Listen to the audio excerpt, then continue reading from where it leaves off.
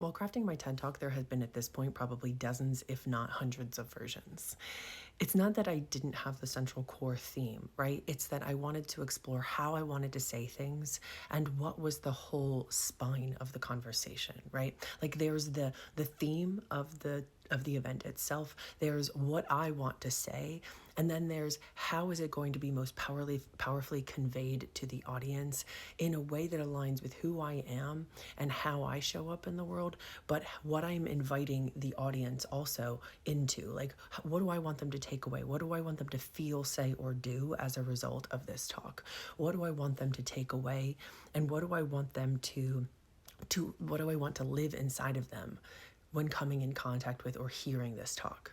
And so I have, taken notes. I have dictated, voice notes. I have, written in my notes app. I have written down on pads of paper. I have, constantly jotted thoughts down, refined over the last 2 months, right? We're less than 3 weeks out. We're 2.5 weeks out.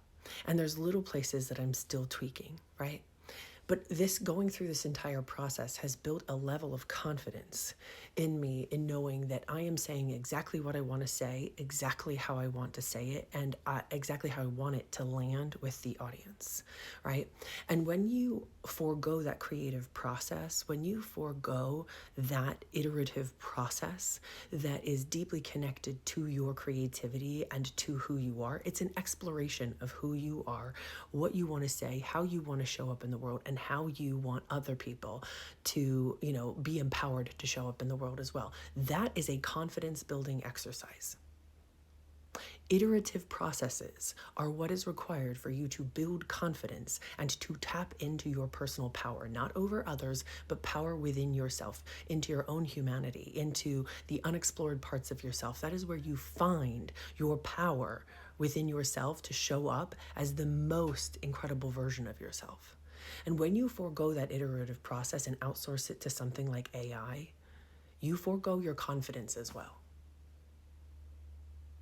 You forego your connection to yourself and your connection to the world around you. You are outsourcing it.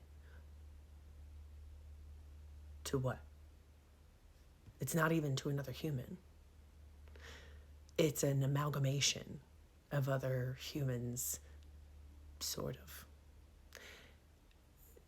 stripped down of its humanity and its context. And I need us to understand that not only are you causing harm to yourself when you are foregoing that process, but you like causing harm in your ability to actually connect to your own intelligence, but you are foregoing your confidence. You will become ever more fragile and ever less able to show up in the world as yourself, and you will become ever more violent as a result, because you will not have an understanding of how to root yourself and how to move through discomfort and how to connect to the bottomless well that is creativity that lives inside of you. It is your creativity where you are, and the unrefined parts of yourself, and seeking to refine those, where you find your confidence, where you find your power. You are by outsourcing all of that to AI, you are foregoing your humanity. And that's the whole point.